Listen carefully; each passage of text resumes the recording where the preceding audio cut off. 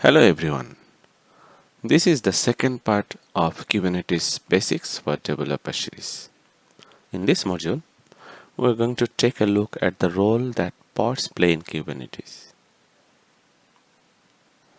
My name is Rupa Mahasan. I am a software engineer with 10 years of experiences in various technologies, especially with .NET. If you missed the first part of this series of tutorial, please watch the previous part of Kubernetes Introduction and Concepts. Link is in below descriptions. Up to this point, you have already seen that they can act really as the host of our containers, but there's a lot more that we can discuss here. So we are going to start things off by talking about some core concepts related to pods and then show how we can actually create a pod. We'll do with kubectl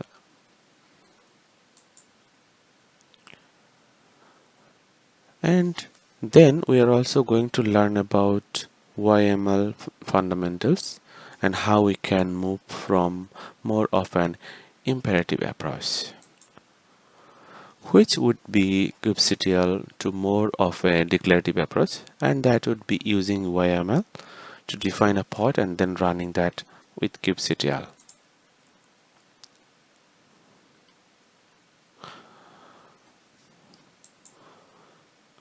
We are also going to talk about a really important part of pods and something that you, as a developer, definitely need to know about.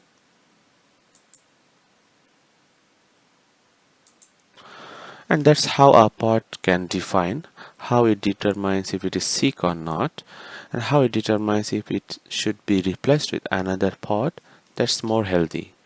This is really important because the master nodes in Kubernetes, as they talk to the worker nodes, and the pods on those need to know if a pod is healthy or not. And we are also going to talk about how we can influence that. So throughout this module, we're going to focus 100% on the pods and container section that you see here.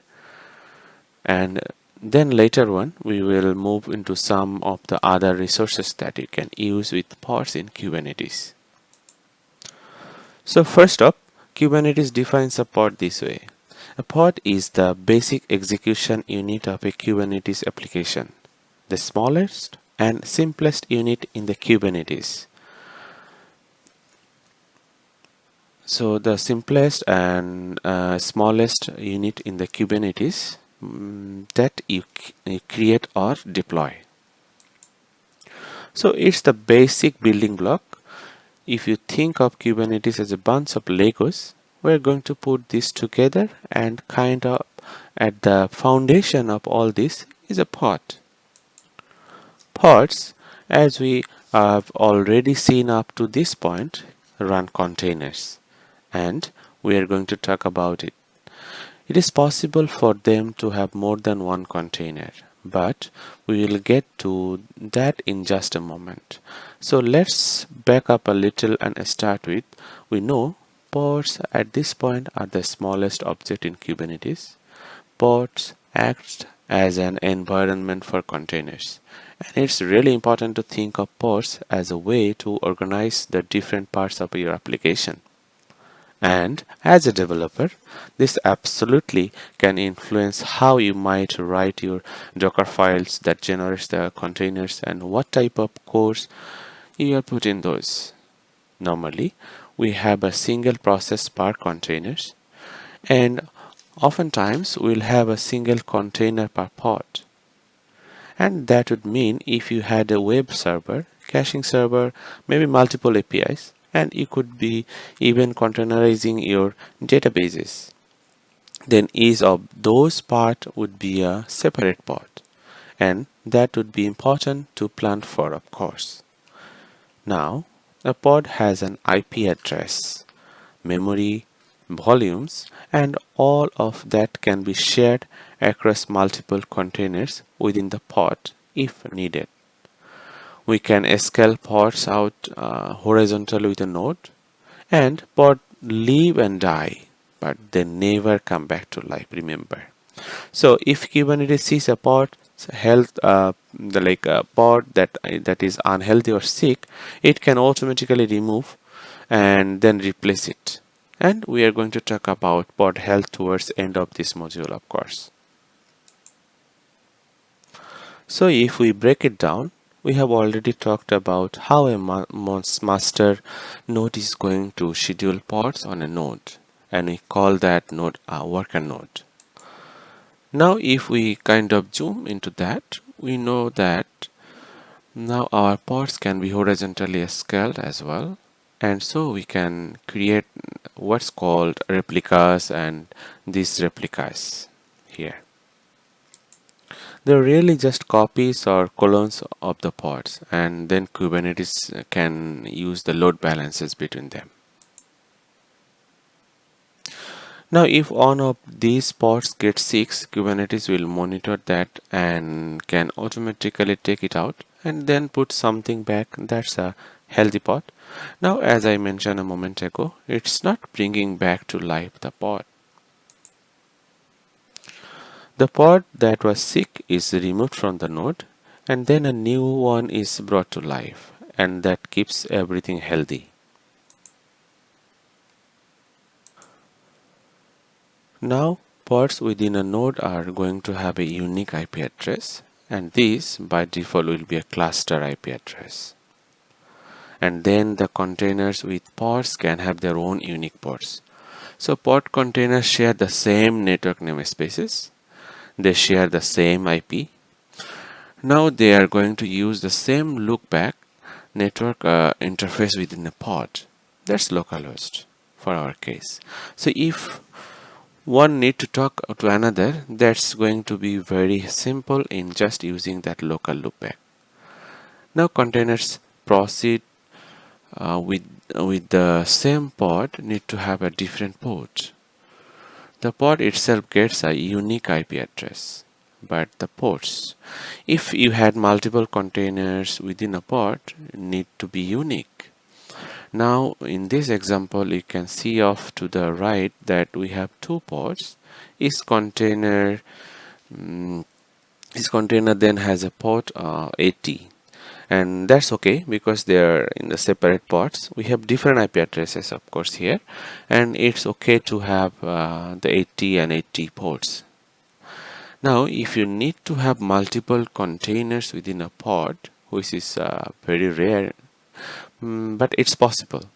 The example would be if you have a container and then another one is a very tightly coupled, it needs to be scheduled at exactly the same time because they work together. We call that oftentimes as sidecar containers.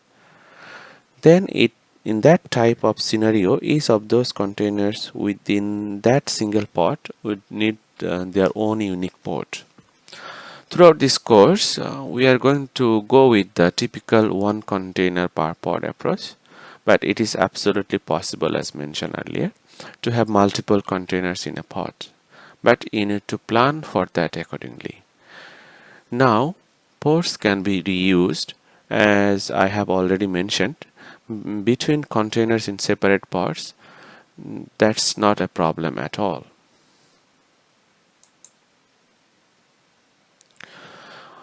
One thing that relates to IP addresses and pods and containers is that pods never ever can span the nodes.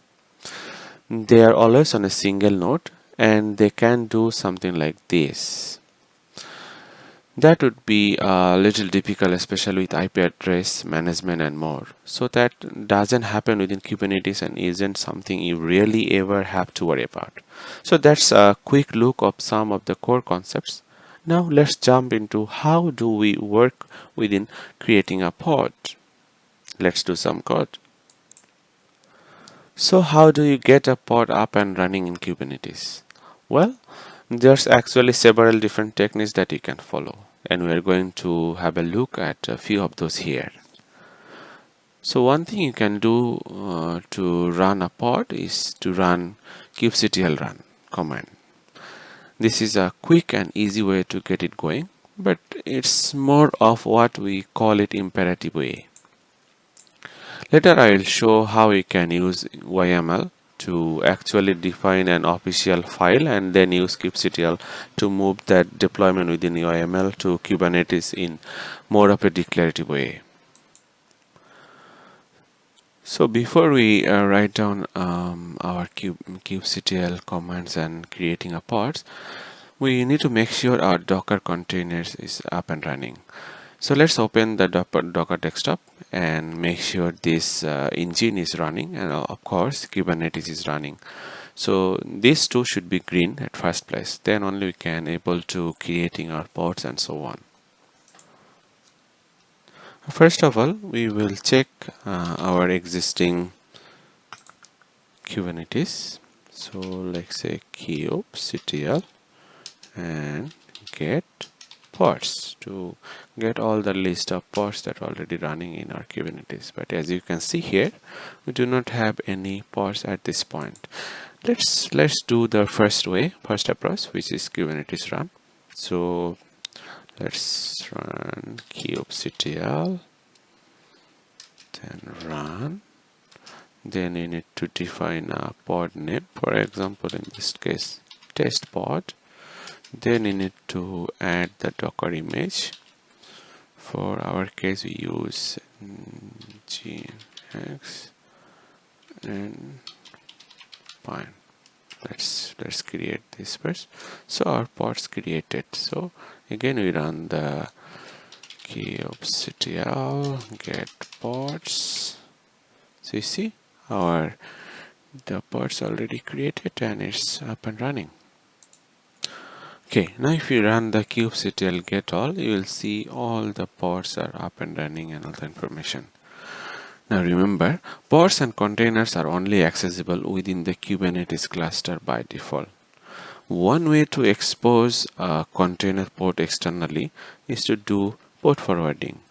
So let's do that. So we will write kubectl, then port forwarding, and then we need to add our pod name. In this case our pod name is test-pod, and then we need to add the external ports. So in this case let's say 8080, and then internally make it 80.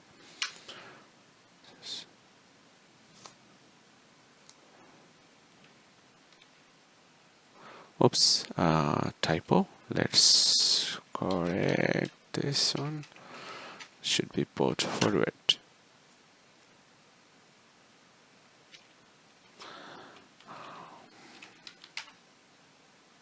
Okay, now you see it's in the localhost in this port. This should be accessible now. Let's have a try. Let's open our browser and we go for localhost, then 8080. Yep, our pods is up and running. Isn't it nice? Okay, now go back to our comments and then we do the get pods and then we will delete. So to delete this pod, we will run kubectl delete pod and then the name of our pod. Yep, it's deleted. Now we can check kubectl get pods. So no resource found in default namespace. That means we have successfully created a pod with the run command and also deleted. Okay, so now we have created our first Kubernetes pods. Now we will using YAML, how we can implement YAML to create our parts. Before I go there, for this demonstration purpose, I have created a very simple .NET 6 service. So you can get that through GitHub. I will share the link in the description below. So if you go to GitHub, then you will find these tiny services. Basically it's very simple .NET service we will be using for this demonstration. Okay, so first you get the code, you can clone from here. Once you clone it to your local, then you open the Visual Studio Code, and then you will see here, first we need to make sure this image you need to build in our local Docker container. To do that, you will find a Docker file here, and it's very simple Docker commands to just create the images in Docker local container.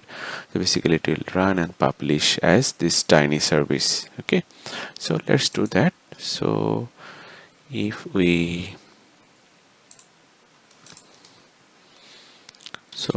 docker then build ht, the name of the image, so in this case will be tiny service, then I put a space and then the dot, then it will build. So once the build successful, then it will be ready the image, so that we can refer this image for our Kubernetes pods and future deployments and so on. Okay, so it's successfully created. Now we need to move to YAML. So in the same repository, you will see there is already predefined pods you will find here. So if you see here, this is the pod that this is the YAML that we will create pods through kubectl. So basically YAML maps define a key and value. Okay, so basically all the data will be here, the key and value pair. Then you also can have like list of items or sequence of the map and all those. So let's explain what is this about. So basically here you will see the Kubernetes API version, for our case is v1. Then what type of resource we want to create. In this case it will be a pod. Then some metadata about the pod, so the name and labels. Then the specifications are blueprint for this pod, and then of course information about the containers as well. Okay, let's try to create our pod with the help of this YAML. So first we will try the create command. So kubectl create -f is the file name, then our case file name is pod.yml, and let's do a dry run first, so we will verify if everything fine in our YAML. Let's see.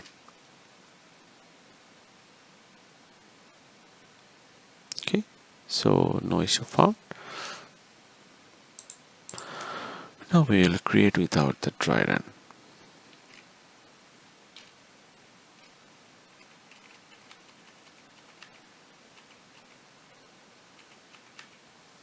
Okay, yep, so you can see our pod created. Let's check how is it. So get pods, yep, it's up and running. Earlier we have seen we can delete our pods through the delete command. Another way you can do through YAML as well. Let's try that. kubectl delete file name in our case pod.yml.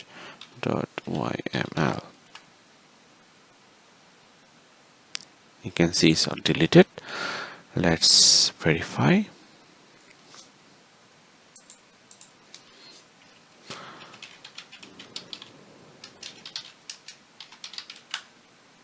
Yeah, deleted successfully. But in our case, normally when we will create a pod through the YAML, right, we can use the apply command. So the apply command, the difference is it will overwrite if you already have created the same pod before. So let's try that. So kubectl apply chef dash pod YAML.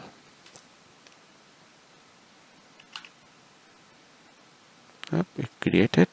You can also get some more details about the created pod with this describe in our case tiny service.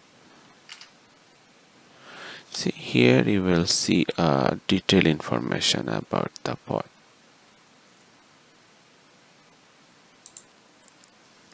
Okay, now let's do the port forwarding and see how our tiny service looks like and if it's up and running or not. Okay, here you can see it's running successfully on localhost with 3000 port. Let's open in the browser and see. Yeah, you can see this 3000 is up and running, and we are showing some simple messages from our service. So that's up and running, that's fine. Okay, the final topic we are going to cover is related to pod health, and this really can be tied into you as a developer. Kubernetes relies on props to determine the health of a pod container, and a prop is a diagnostic performed periodically by the kubelet on a container. Now, why would we as developers care? Well, because obviously we are going to know the most about the code running in the container, and therefore we could help either write the props, or we could help maybe an administrator who is writing the YAML. If they are doing it, add the prop that is appropriate for that pod and container. Now there's two types of props. You have what's called liveness prop, and another one is the readiness prop.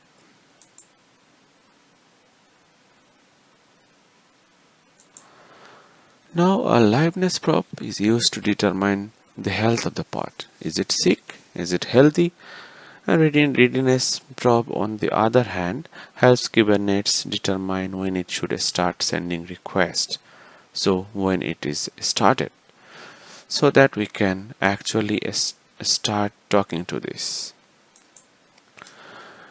As mentioned a few times up to this point, if the pod itself is deleted and has a deployment behind it, then it can be automatically recreated and the containers recreated it. Now if the container in the pod though fails one of these health checks, it can be restarted. And there's a restart policy that's default to always. So if you open the Kubernetes official document, if you look for the props, you will find like the sample props you can use as YAML. See, here is an example of a liveness prop. So you can see you can have initial delay 5 seconds and period 5 seconds and so well. You can have like the timeout seconds or failure thresholds and so on. Okay, maybe you can go through this and have a look on this and enjoy creating your health checks as well. Thank you. Alright, so I think that's all for today. Hope we will see you next. Thanks for watching. Cheers.